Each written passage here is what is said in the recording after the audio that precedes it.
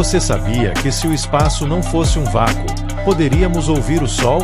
A intensidade sonora do Sol seria imensa, algo como uma explosão de uma bomba atômica, mas devido à distância de 150 milhões de quilômetros, o som chegaria a nós, muito mais fraco. Em vez de ensurdecedor, seria mais como o som de uma rua movimentada ou um aspirador de pó, cerca de 85 decibéis.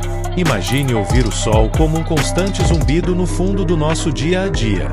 Comenta aí como seria para você esta experiência. Continue acompanhando o Cosmos Sem Limites para mais curiosidades incríveis sobre o universo.